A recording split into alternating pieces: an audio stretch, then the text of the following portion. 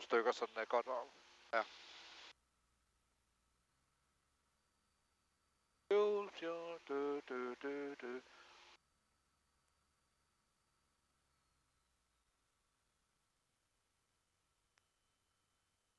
Oscar Tower, Oscar Victor Papa, ready for departure from runway 11. Oscar Victor Papa, roger, taxi to the holding point. To the holding point, Oscar Victor Papa. Oscar Echo Delta cross runway 03, then left via Bravo 4 and Bravo, hold short runway 03.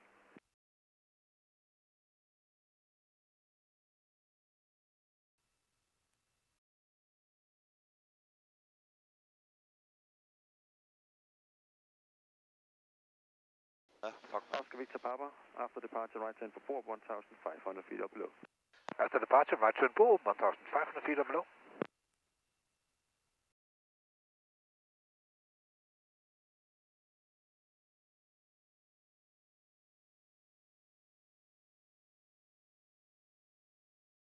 Oscar Victor Papa, line up runway 11 and wait.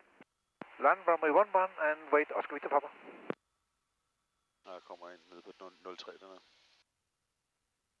Han har travlt lige nu. Ja, det er også en ny fyr, tror jeg. Jo, og så Oscar uniform Mike, turn en af de første flyvedage. Oscar November Hotel 2 the end, Alpha 5 for parking. Alpha 5 for parking, Oscar November Hotel.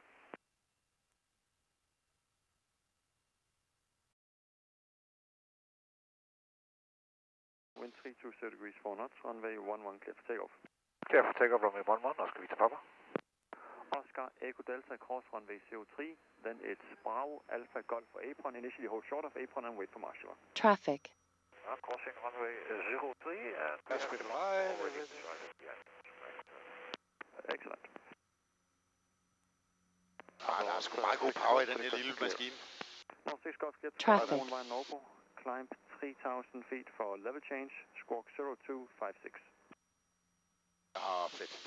Clear Norfolk, 3,000 feet with level change at squawk 0256 north 6 Golf. And confirm 3,000 feet again, sorry. Confirm 3,000 feet north for 6 Golf. Thank you. And Oscar Traffic. Delta, that's not the marshal of the yellow car, but just continue right next time, and then it's Echo for the apron. He's on the apron, the marshal. Traffic.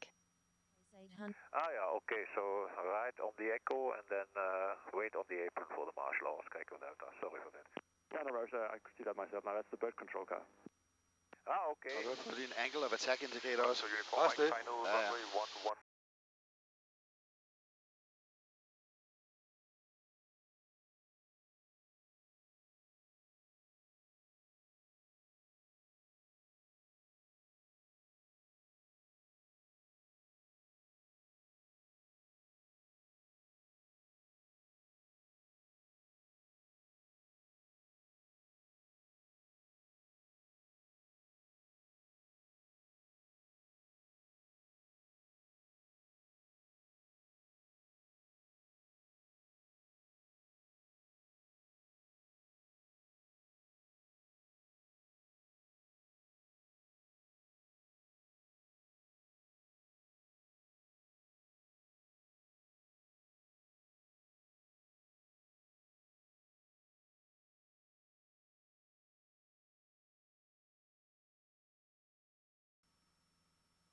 Og hvad den rigtige rapportpunkt i dag flyve ud i? Ja, det er sgu godt. Færdig, mand. Nå, man kan jo se søerne, eller hvad? Ja, det er jo 6 Golf for request taxi. Så må der ude ned i instrumenterne og tage den 240 derudad. Er det ikke 240, den? 240, ja. Og de er dernede, ikke? Så. Ja.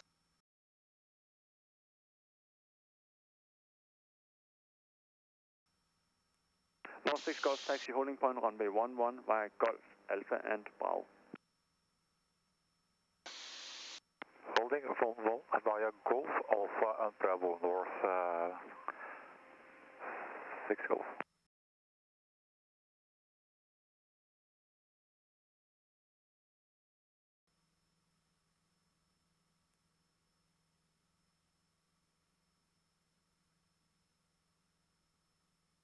Er det for varmt? Nej, overhovedet ikke. Nej, tværtimod. Jeg synes, det er... Nej, ikke tværtimod. Jeg synes, det er perfekt. tænker bare den der gang. Vi lå op over skyerne, det er minus 12. Ja, kæft for var det koldt. Ja, det var altså småkoldt. Og så Men fed tur. klam tur, mand.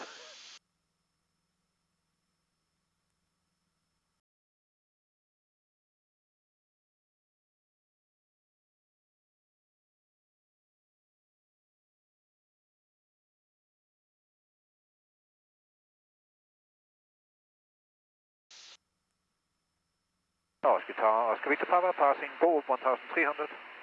Oscar Victor Papa, så langt. Så langt. Chevrolet.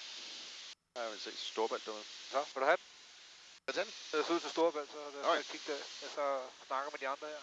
Hvis den ikke er i trim, så må du lige selv. Ja. Hvad er trin? Det er... Ja, den er der, ja. Miles ahead. Du har det hele, ikke? Så det behøver jeg ikke blive. Copenhagen information, good afternoon, Oscar Yankee Romeo Victor Papa. Oscar Yankee Romeo Victor Papa, information, good afternoon.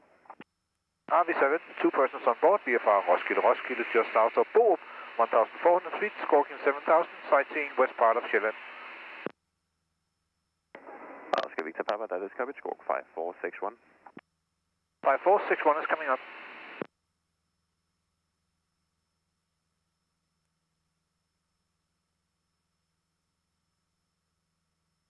Du vil have et kort, så det har du ikke engang brug for. Men Jeg ved godt, hvor jeg er.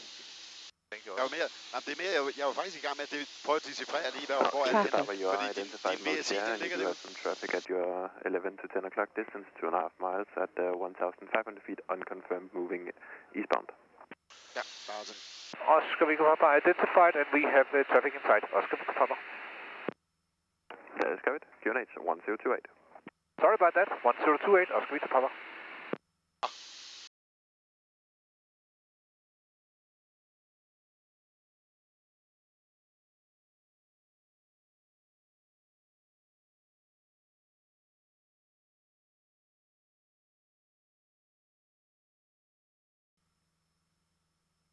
det er jo Monispeed. Det er jo, du er på Det er 140, rigtig mand. godt. Ja, vi føler os hjemme.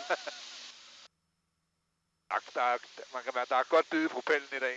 Det er så fedt, når der er det. Ja. Man kan virkelig mærke det. Men det fede ved den her, den er jo ekstremt følsom. Ja.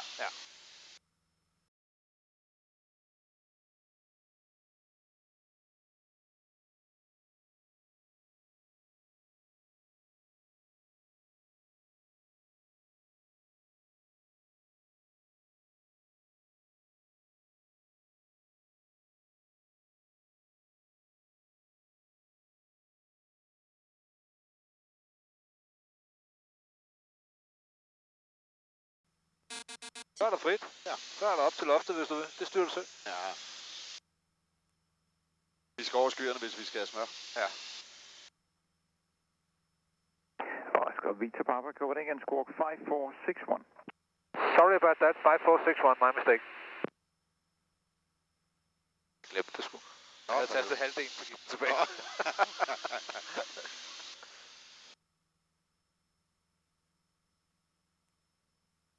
And Oscar Victor Papa now identified 1,300 feet.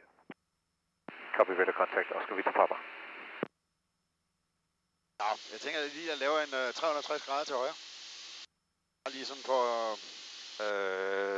Jeg tror, vi skal tilbage. Hvad vil det sige? Vi har olietryk, der flipper helt ud. Eller olietemp. Nej, det må være sensoren. Olietryk er sgu det samme. Hvorfor gør den det? Hvad tænker du? En olietemp, der danser op og ned. Det virker som en sensorfejl. Det ser sjovt ud. Ja. Skal vi returnere? Altså, i princippet ja. Princippet ja, I ikke? princippet ja, men Det er olietryk. jeg er enig i, at fordi hvis olietrykket, den er stabil. Det er jo Den noget, er hvis rocksteady, jo. Ja. Der er jo ikke andet. Jeg plejer at have en Prøv lige at køre olietemp. op og ned. Nu prøver jeg lige sådan at... Prøv at se. Prøv at se, hvordan den... Nu der går den op. Ja. Og der går den ned. Hvad fanden er det så? Lav oliestand? Det kan det da ikke være. Ja. Du har lige tjekket det. Jeg har lige tjekket den, ja. Den let. Jamen, nu er den jo stabil igen. Ja, så stabil er den heller ikke. Nej. Men nu prøv at se, hvis jeg lige går opad. Så falder den nedad. Og så kryger den høj igen. Kan du se det? Ja. Det er som, den bliver blottet. Ja.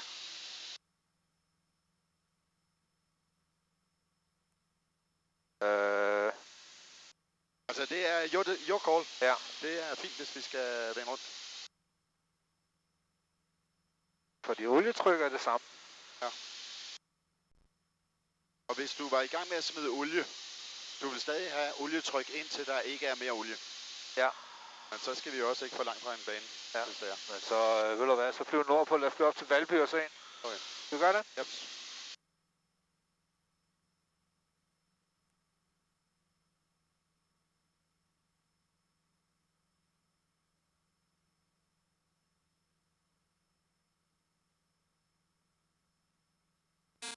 Wind turbine 4.5 miles ahead.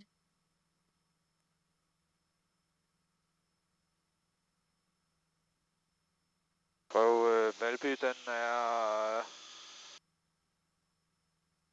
på en kurs, der hedder 0,51 eller sådan noget.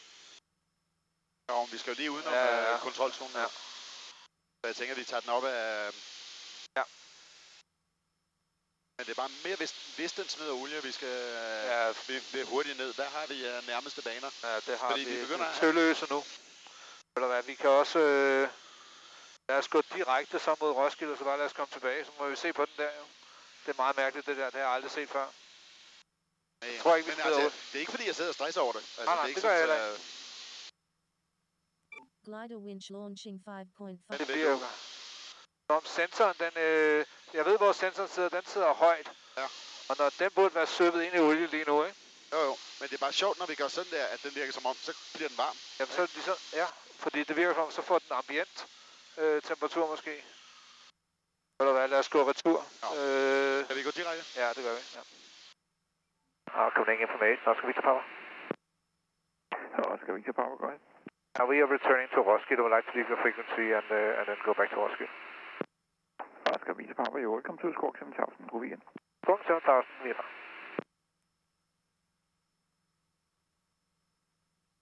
Looking out, Oscar Yankee, Bravo for Mike.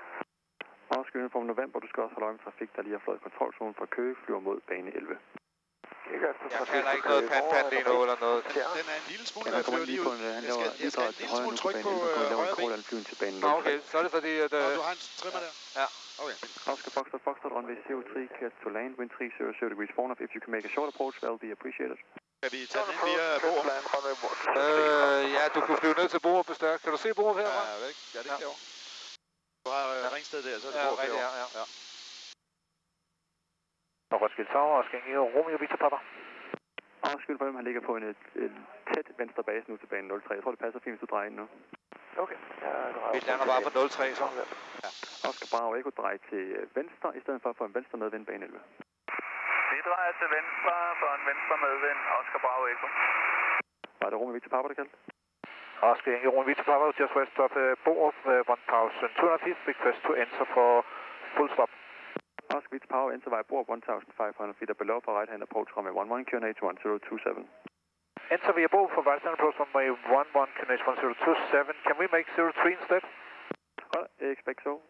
Enter for approach runway 03. Enter for approach runway 03, Oscar Victor Papa. Tower, Oscar Echo Power, right hand tower, ja, og hvor er det, vi har Borup? Du har Borup næsten lige ud over næsten, ja. Næsten lige ud over næsten. Ja. Jeg har den 10 grader til venstre. Bravo.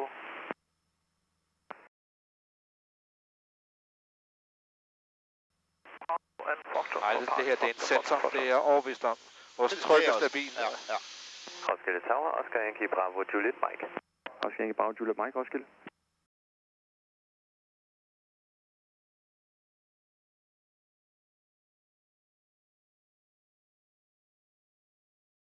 Jeg kan slet ikke gennemskue den der. Det er fordi den er opad. Fanden at jeg gør det, det kan jeg ikke huske. Fra november, bane 03 til at lande, vender 300 grader 4 knop. Til at lande bane 03, Oscar Uniform November. Jeg skulle ikke det der. Oscar Bravo Echo, anmoder mærkelanding. Oscar Bravo Echo, mærkelanding godkendt. Mærkelanding godkendt, Oscar Bravo Echo. Nu er det i hvert fald nord op. Continue downwind, I'll call your base. Okay. Bare lige ud nu. Ja, så har det Borup derovre. Ja.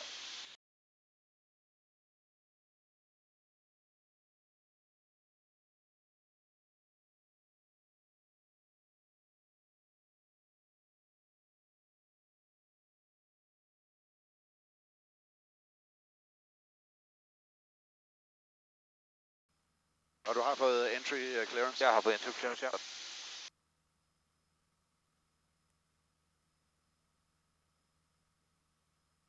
Men den bliver mere og mere i det røde, ikke? Eller det gule. Så. Ja, men det er fornuftigt nok lige at komme. Oscar Bravo Echo. Bane 11, touch and go. Oil temperature. Bane 11, touch and go til at Oscar Bravo Echo. Oil temperature. Oscar Echo Bravo, turn base. Oil temperature. Sending base and final, Oscar Echo Bravo. Oil temperature. Vil du oversætte? Ja, mig på. Oil temperature. Your controls. Oil temperature. Oil temperature. Og der er ikke et spil eller et eller andet, du kan... Oil temperature. Oil temperature. Yeah, I do have priority traffic in for landing runway 21, so I cannot offer you zero Oil at the moment. Would you like to go in for runway 11? Oil temperature. Runway 11. Oil yes, temperature. What I report on Oil right base temperature. for runway 11. Både for right base, runway 11, Oscar Victor. Oil temperature. Oil temperature. Oil temperature. Kan man Oil slå den temperature. fra? Kan man slå den fra, det der? Kan man ikke, fordi den er intermittent. Okay. Det hjalp lidt. Fik noget olie tilbage. Ja. Traffic. 5 miles ahead. Oil temperature. Det er sådan lidt en stress-stemme, sådan en der, Ja. ikke, at det bliver ved.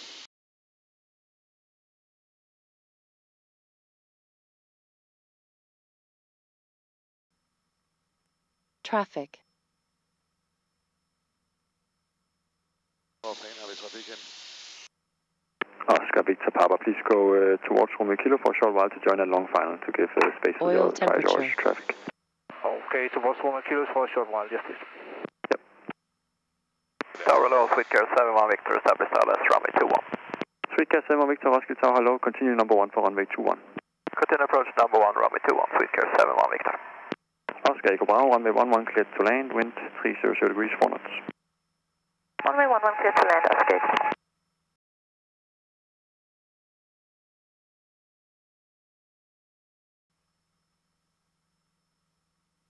Prøv at motionere din blå, bare lige sådan dødt.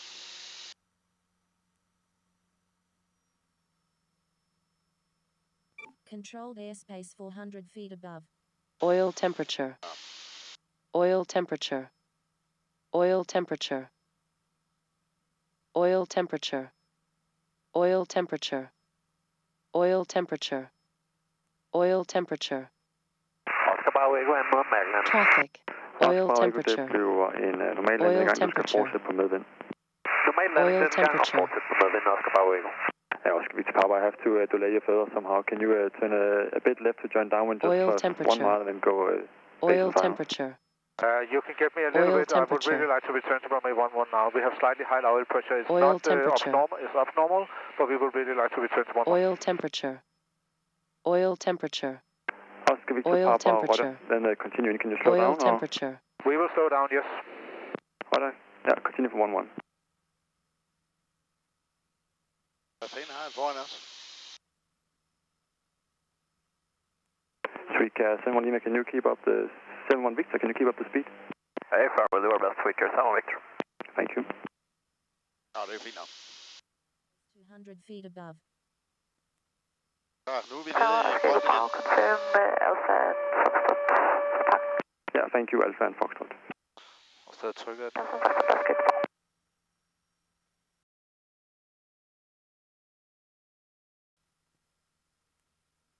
Meget mærkeligt. Oscar Tower, Oscar Victor Papa, we are on a long final, runway 11. Yeah, continue.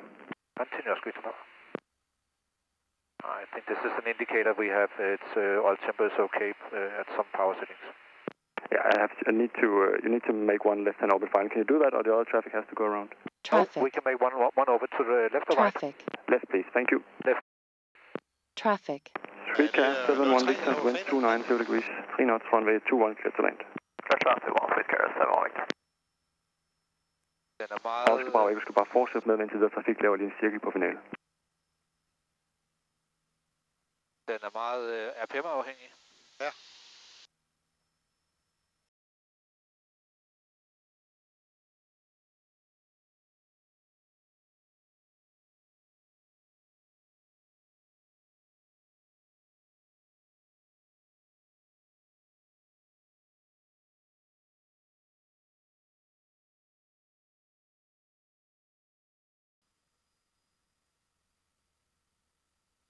Roskilde to Papa, you want one more, or this is okay? Traffic. This is okay. Traffic is short landing runway 21. Continuing. Continuing, Roskilde to Papa.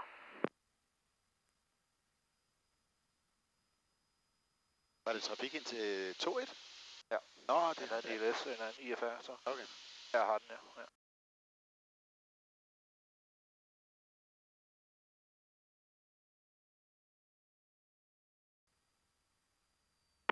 Oscar Victor Papa, expect the leg clearance. Expect leg clearance, Oscar Victor Papa. Nå, der er ro på nu. Ja.